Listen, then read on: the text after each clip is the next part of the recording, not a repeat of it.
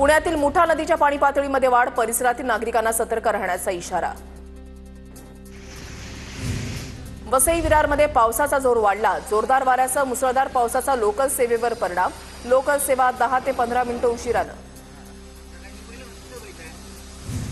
रायगडच्या कुंडलिका, अंबा आणि पातळगंगा नद्यांनी इशारा पातळी ओलांडली, पावसाचा जोर कायम राहिल्यास पूर परिस्थिती निर्माण होण्याची शक्यता, नदीकाठच्या गावांना सतर्कतेचा इशारा। रत्नागिरीच्या खेडमध्ये जगबुडी नदीच्या पाणी पातळीमध्ये वाढ, जगबुडीच्या पुराचं पाणी मटण मार्केट परिसरामध्ये शिरल्यानं नागरिकांची तारांबळ। पुण्यात सकाळपासून पावसाचा जोर वाढला, हांडेवाडी ते सय्यदनगर रेल्वे क्रॉसिंग गेट परिसरात पाणी साचलं। पुण्यामध्ये जोरदार पाऊस, पर्वती भागात रस्त्यावर मोठ्या प्रमाणात पाणी साचलं। पुण्याच्या हिंगणे खुर्दमध्ये जोरदार पावसाचा तडाखा, पावसाचं पाणी घरांमध्ये शिरल्यानं नागरिकांना त्रास। मुसळधार पावसामुळे पुण्याच्या अनेक भागामध्ये पाणी, कोथरूडमधील गणंजय सोसायटी जवळील बधाई स्वीट्स परिसरात पाणी साचलं, गटारी बंद झाल्यानं पाणी थेट सोसायटीमध्ये शिरलं, स्थानिकांना फटका। पुण्यामधल्या आयबी गेस्ट हाऊसच्या आवारामध्ये मोठ्या प्रमाणात पाणी साचलं, गेस्ट हाऊसच्या रूममध्येही पाणी शिरलं, पार्किंगमधील वाहनंही पाण्याखाली। आयटी पार्क हिंजवडीमध्ये पावसाचं पाणी रस्त्यावर, फेज 2 भागामध्ये वाहतूक मंदावली, मेट्रोच्या कामामुळे पाऊस पडल्यानंतर रस्त्यावर साचतं पाणी। पुणे शहरामध्ये पावसाचा जोर वाढला, सकाळपासून अनेक भागात जोरदार पाऊस, पावसामुळे स्वारगेट बसस्थानकामध्ये पाणी साचलं। पुणे जिल्ह्यामध्ये पावसाची संततधार, देहूमधील पालखी मार्गावर पाणी साचलं, जिल्ह्यामध्ये पावसाला सुरुवात झाल्यानं शेतीच्या कामांना वेग। पुणे शहरात पावसाचा जोर वाढला, मध्यरात्रीनंतर अनेक भागात पाऊस बरसला। पुण्यातल्या आळंदी चाकण परिसरामध्ये मुसळधार पावसाची हजेरी, पुणे नाशिक महामार्ग आणि आळंदीकडे जाणाऱ्या मार्गावर वाहतूक कोंडी, वाहनाच्या 5 किलोमीटरपर्यंत रांगा। पुण्याच्या सिंहगड रस्त्यावरील सखल भागामध्ये पाणी, किरकटवाडी फाटा परिसरातील सखल भागामध्ये पाणी साचलं। पर्यटन नगरी लोणावळ्यामध्ये जोरदार पावसाची हजेरी, मागील 24 तासामध्ये 221 मिलीमीटर पावसाची नोंद।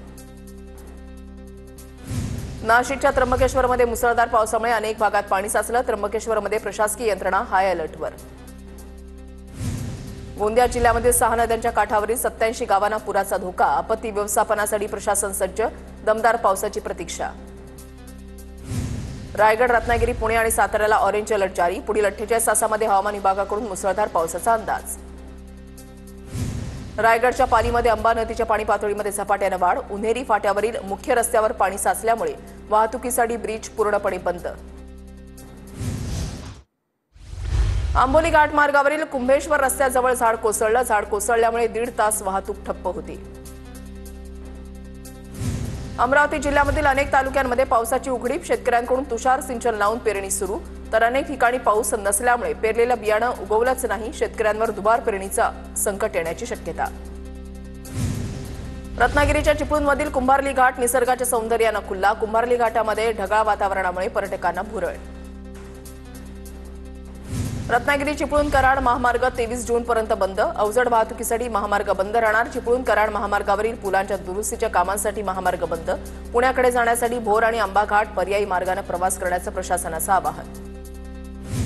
रायगड जिल्ह्यामध्ये पावसाच्या इशाऱ्यामुळे आज शाळांना सुट्टी, सर्व खासगी आणि सरकारी शाळा महाविद्यालयांना सुट्टी, हवामान विभागाकडून रायगड जिल्ह्यामध्ये अतिवृष्टीची शक्यता। 3 दिवसांपासून कोसळणाऱ्या पावसाच्या मृग सरींमुळे अमरावतीमध्ये पेरणीला सुरुवात, 2.5 लाख हेक्टरवर सोयाबीन पेरणी होणार, अचलपूल परिसरात कपाशी लागवड सुरू। नांदेडमध्ये पावसानं पाठ फिरवल्यानं पेरणी केलेले शेतकरी अडचणीत, तर थोड्याशा ओलीवर पेरलेल्या बियाणं उगवलं, मात्र पावसाअभावी पिकांनी माना टाकल्या, शेतकऱ्यांवर दुबार पेरणीची वेळ येण्याची शक्यता। कल्याण डोंबिवलीसह आजूबाजूच्या परिसरात पहाटेपासून पावसाची रिपरिप, कल्याण पश्चिमेकडील मोहम्मद अली चौक रोडवर पाणी साचण्यास सुरुवात, अधूनमधून पावसाचा जोरदार सरी।